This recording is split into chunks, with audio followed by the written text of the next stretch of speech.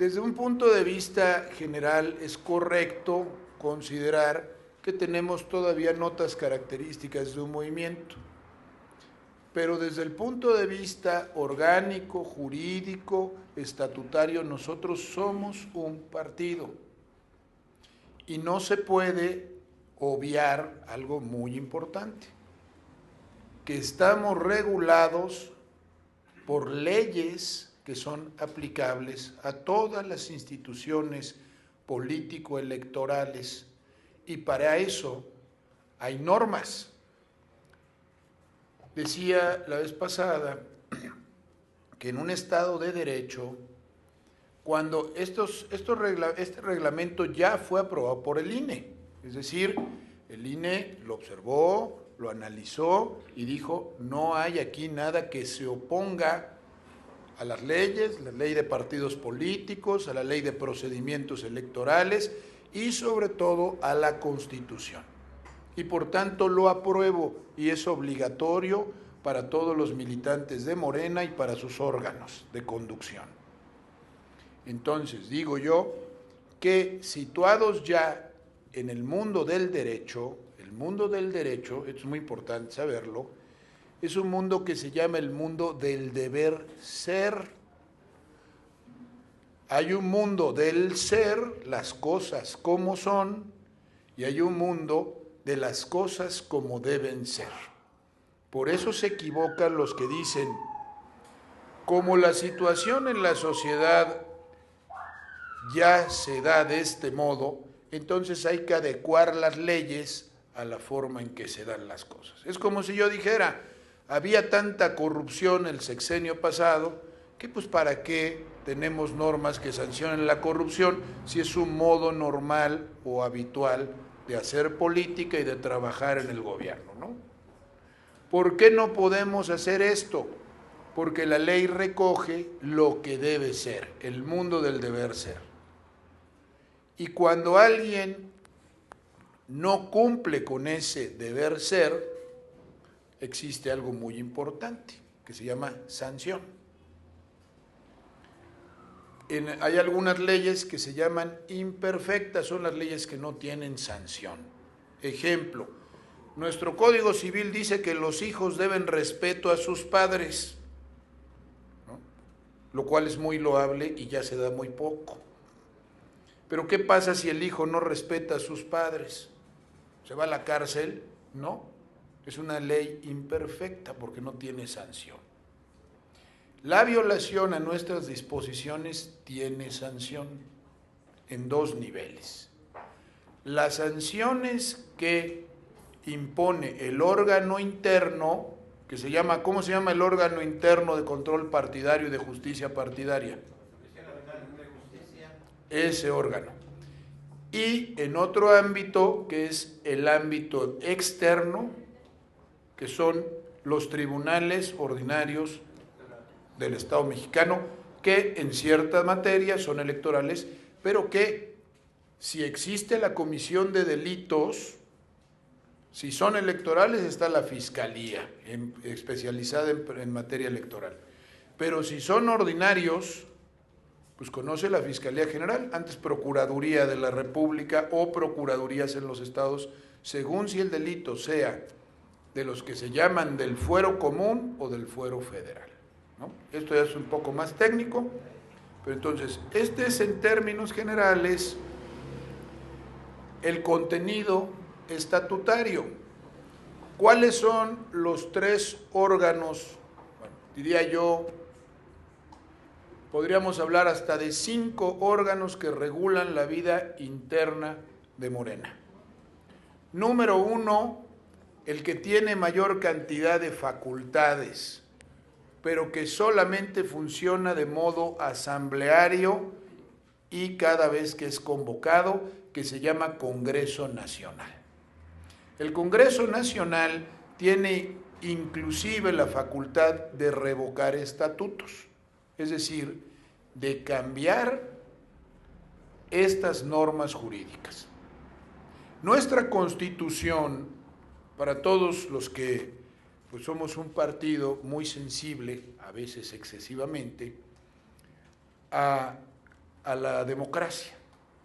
Digo porque a veces excesivamente, porque luego votamos hasta cuántas veces vamos a respirar, y luego a mí siempre me ha sorprendido que a veces votamos cosas que dificultan que seamos eficaces, ¿no? Sucede, porque somos muy sensibles, entonces no me escucharon, no votamos tal cosa, fue imposición. Hay asuntos que deben avanzar y no necesariamente tiene que haber una consulta hasta el último de los ciudadanos, porque si no nunca nada avanza. La democracia sí, pero tiene sus normas y sus límites. En fin, decía yo, el Congreso Nacional puede modificar estatutos, inclusive, pero el Congreso Nacional no es un órgano que funcione permanentemente, sino solamente sesiona cuando es convocado. Ahora tenemos un asunto muy interesante, porque se va a reunir de aquí a 8 días el Congreso Nacional. El Congreso Nacional puede ser convocado por el Comité Ejecutivo Nacional o, en este caso, por una tercera parte de los consejos estatales. El segundo órgano del partido es el Comité Ejecutivo Nacional. El Comité Ejecutivo Nacional, aquí están todas las facultades, ahora lo vamos a ver esto. El Comité Ejecutivo Nacional tiene, como su nombre lo dice, funciones de ejecución. Ustedes saben que el Estado se divide, o el gobierno, para el ejercicio de las funciones, el gobierno se divide en 3 poderes. Y esa es la tesis, la doctrina política tradicional que está vigente desde el siglo XVIII. No es la única, ni es el único sistema el que funciona aquí, pero es el general en el mundo. Por ejemplo, hay países que funcionan de modo distinto. Hay monarquías parlamentarias, hay sistemas que no son presidencialistas como el nuestro, sino dividen la función entre un jefe de Estado y un jefe de gobierno, ahora les explico. Y también hay países como China que se gobiernan de forma bastante curiosa y totalmente distinta a la nuestra. Allí, por ejemplo, el Partido Comunista Chino interviene directamente en el gobierno. Ahí lo que dice nuestro presidente no tendría validez, que el partido no se meta en el gobierno y el gobierno se meta, ahí se meten todos con todos. Pero es otro sistema, otra cultura y otro modo de entender las cosas. Entonces decíamos que nuestro gobierno tiene 3 poderes: el ejecutivo, el legislativo y el judicial. Y cada quien, según sus facultades, interviene en ese ámbito y así se gobierna. En Morena, el Comité Ejecutivo Nacional y los comités ejecutivos estatales hacen las veces de un órgano del Poder Ejecutivo, es decir, llevan a cabo la administración del partido y ejecutan. Los consejos, el Consejo Nacional y los consejos estatales tienen funciones consultivas. Aquí hay una colusión un tanto complicada. ¿Por qué? Porque hay quien piensa que el Consejo Estatal o el Consejo Nacional es el que debe decir qué se hace y los comités ejecutivos solamente cumplir lo que el Consejo diga. Esto no es así y ahora lo veremos. El Consejo es consultivo y tiene funciones electorales en determinado momento, ¿sí? Pero no tiene funciones amplias en el caso, porque algunos piensan que los comités ejecutivos solamente son como subordinados del Consejo y hasta que el Consejo no les diga que haga tal cosa no hacen nada. Eso no es así. Aquí están las funciones, las facultades, las obligaciones de cada órgano. Y finalmente tenemos el órgano del que ya hablamos, la Comisión Nacional de Honestidad y Justicia, que lamentablemente en algunas ocasiones ha sido usada para cosas que no, y someterle a asuntos que no debes conocer, y otros asuntos no se le han sometido, porque muchos compañeros llegan y me dicen, ¿ante quién denuncio a un compañero que está gobernando y que es presidente municipal o es regidor o es diputado y está violando los principios del partido y está faltando a las promesas que hicimos en campaña y esto y esto y esto? Y entonces nos topamos con un problema, si se dan cuenta. Muchas personas que están gobernando en este momento en nombre de nosotros no son militantes ni afiliados de nosotros. Por tanto, se pueden reír toda la vida de la Comisión de Honestidad y Justicia. Pero hay otro problema. Algunos compañeros se pueden reír de la Comisión de Honestidad y Justicia porque sus sanciones tienen más bien carácter moral. Es la vergüenza pública de que te hayan suspendido tus derechos partidarios, pero dices, ¿a mí qué me importa que me suspendan mis derechos partidarios? Si yo estoy ejerciendo el poder, sigo siendo diputado y nadie me puede quitar de diputado. Porque vean esta dicotomía muy interesante. Si bien es cierto que un diputado que llegó por Morena, llegó con unos principios y estaba en el ámbito de Morena, cuando accedió a la función en razón de la votación, ya es un diputado de toda la ciudadanía. Lo mismo sucede con un presidente municipal. Y entonces ya no nos tiene que rendir cuentas a nosotros del ejercicio de su función. ¿A qué instancias debería rendir cuentas?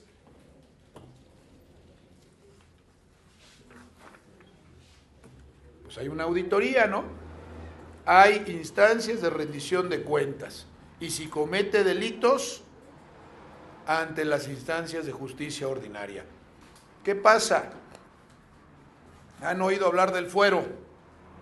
Que nuestro presidente ha insistido constantemente en que se elimine el fuero porque es un privilegio que se considera injusto.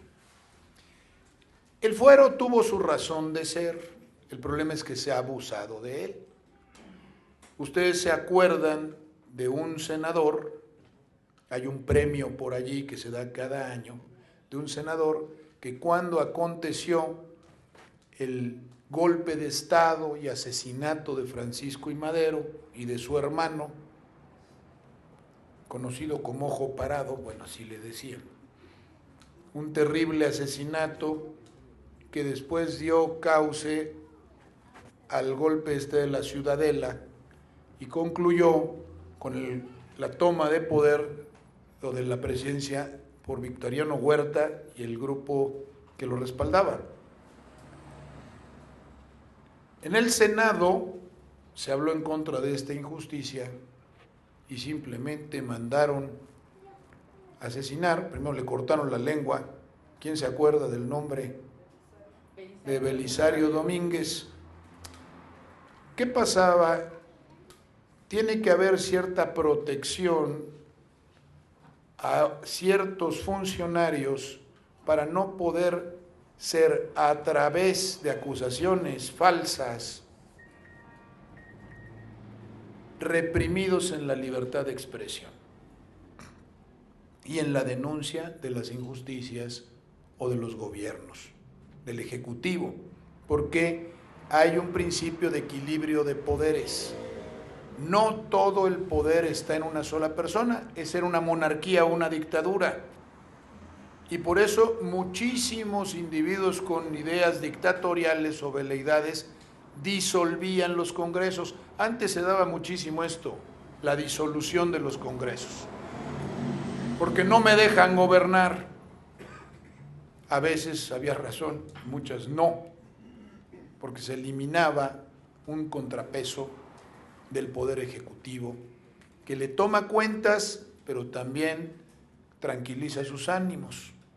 Entonces, el fuero tenía alguna razón de ser y sigue teniendo una razón de ser, pero se ha abusado terriblemente de él. Ustedes lo saben, cuántos diputados o cuántos servidores públicos del Poder Ejecutivo han cometido delitos y no han podido ser juzgados porque previamente hay que eliminar el fuero. Ahora, también a veces, como sucede siempre en la vida, lo que a veces daña también a otras sirve. ¿Se acuerdan cuál es el inicio de nuestra lucha? Práctica, el desafuero, que es un momento simbólico en el transcurso del movimiento y del partido. Y precisamente si nuestro ahora presidente no hubiera gozado del fuero, probablemente lo hubieran encausado penalmente y se hubiera cortado de tajo el movimiento. Entonces, como pueden ver, por eso la política no está hecha para fanáticos o para kamikazes, ¿no? Porque las cosas se van acomodando y convienen según las circunstancias, y los análisis deben hacerse también según las circunstancias, pensando que los principios son inviolables, pero que todo lo demás es modificable y negociable. Entonces, este intento de desaforar, si se acuerdan, era la fase previa o el requisito previo que la ley establecía para poder encausar o juzgar por una supuesta conducta criminal. Por cierto, ¿alguien se acuerda en qué consistió la sustancia del desafuero? ¿De qué acusaban a Andrés Manuel López Obrador? De la calle, Bueno, les voy a explicar porque no nada más es así. Resulta que el juicio de amparo es una institución que permite al gobernado, al ciudadano, demandar de una autoridad judicial una protección contra el acto o el intento de un acto ilegal y sobre todo violatorio de garantías constitucionales de cualquier autoridad. De eso se trata el amparo. Y para esos efectos tiene una figura, una institución jurídica que se llama suspensión del acto reclamado. Alguien se enteró, es chismoso y tiene relaciones, que te van a prender, que hay un orden de aprehensión por allí en tu contra. Es secreta, te van a dar sabadazo, como decían antes. Te van a caer, la policía judicial, ahora ya no se llama así. Entonces vas con un abogado y este abogado promueve un amparo. Y dicen, anda cargando su amparo. No, no lo carga, el amparo no se puede cargar. Además es una entelequia, es aire. Entonces, lo que lleva a la persona es un papelito, un acuerdo, un juez que se llama suspensión del acto reclamado. Y eso significa que a la autoridad que emitió esa orden de aprehensión le dicen no la ejecutes, que las cosas se queden en el estado en el que están hasta que decidamos si ese acto de autoridad es constitucional, es legal y no viola garantías individuales. ¿Qué pasó en ese caso? Ordenan trazar una calle y construirla. Aparece un supuesto propietario del predio sobre el que se va a trazar la calle. Ustedes saben que la autoridad puede expropiar, no arbitrariamente, sino si existe algo que se llama causa de utilidad pública. El gobierno de la Ciudad de México dice, la causa de utilidad, en este caso, es servir a la comunicación de un hospital. Vamos a trazar la calle aquí. El particular dueño, que después resultó que no era dueño, porque además interesante, el que se ostentaba como propietario va con un juez de distrito y le dice, el gobierno de la Ciudad de México quiere construir una calle sobre mi terreno. Está violando mi derecho de propiedad. Y dice la Constitución, nadie puede ser privado de la vida, propiedades, posesiones o derechos, sino mediante mandamiento escrito de autoridad judicial o mediante juicio previo, etcétera, etcétera. Bueno, garantías en el artículo 14 y 16 constitucionales. Llega el señor y le dice, me quieren privar de mi terreno. ¿Quién? Una autoridad. ¿Cómo? Arbitrariamente. Antes de que entres a estudiar el asunto, quiero que me des una suspensión. ¿Qué se suspende? La construcción de la calle. Le dicen al gobierno de la Ciudad de México, no le sigas, párale hasta que decidamos si esto es legal o es ilegal. ¿Qué hace el gobierno de la Ciudad de México? Según parece, seguirle con la calle. ¿Y eso qué constituye? Un delito de desacato de una autoridad federal. Ese es el origen del desafuero. Para que hagamos memoria y para que sepamos exactamente, luego nos hacen decir qué pasó y qué no pasó. Para empezar, en el entorno de un gobierno corrupto, neoliberal, que había privado a México de su soberanía y al pueblo de sus derechos, esto es peccata minuta, o como decía el salvaje de Fox, peccata diminuta. Eso se lo aconsejó Martita. Porque quién sabe quién era más burro. Entonces, bueno, este es el asunto para redondear. Esto me lleva al punto fundamental también de que nuestro Congreso puede reformar los estatutos. Dice la Constitución al final en un artículo que el pueblo en cualquier momento puede darse otras normas e inclusive tiene derecho a la justa rebelión. Son artículos muy peligrosos en las constituciones. Reconocen el derecho del pueblo, que esencialmente era el soberano y que ya depositó esa soberanía en un Congreso Constituyente, como expliqué la vez pasada, y en la Constitución.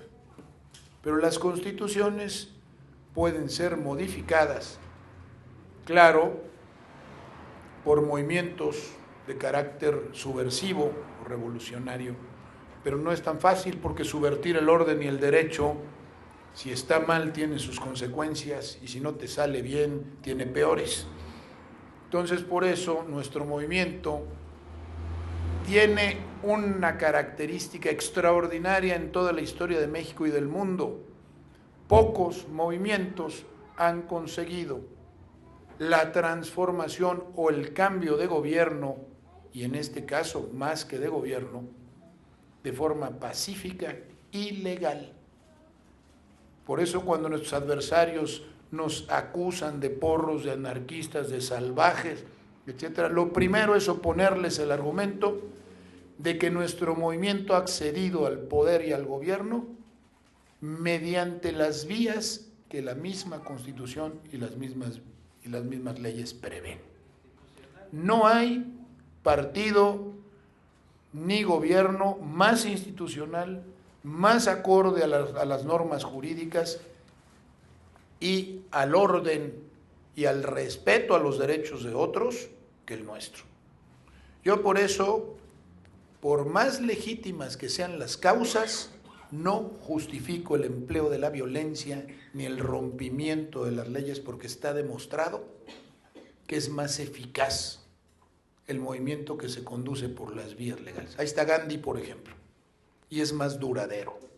Los movimientos violentos normalmente llevan al poder a los más violentos, no a los mejores. Y luego viene la sangría. Dicen, sí, que viva la revolución y que se haga la voluntad de Dios, pero en los bueyes de mi compadre. ¿Por qué? Vean ustedes todos los movimientos revolucionarios. El nuestro terminó en los tratados de Bucareli, que ahora nuestro presidente trata de desconocer, que son absolutamente ilegítimos, y los tratados de Bucareli, deben saber ustedes, en 1928 privaron a México del desarrollo tecnológico, científico, y por tanto privaron. Muy bonita la revolución, pero nos terminó entregando a los gringos, y luego nos cayó el PRI. Entonces, el que aliente movimientos violentos, aténgase a las consecuencias de la violencia. En Francia, Robespierre terminó guillotinando a todos. En Rusia, Stalin se cepilló hasta los propios. Es decir, la violencia puede funcionar en un primer momento, pero a largo plazo o a corto plazo constituye la negación de las causas que la originaron, es decir, del ideal que la originó. Y esto no quiere decir que no haya gente idealista y bien intencionada en estos movimientos, pero lamentablemente como mecanismo, como herramienta, no es duradero.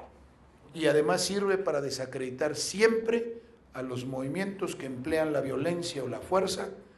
La gente y el pueblo se aleja y ya no respalda la causa del movimiento, sino se indigna porque a nadie le gusta que se dañen sus derechos, que se produzca el caos y el desorden. Esa es la grandeza del liderazgo de Andrés Manuel López Obrador, entre otras cosas, habernos podido conducir, a pesar de la situación tan complicada y de las provocaciones que tuvimos, siempre en la vía y en los cauces de la legalidad y de la paz.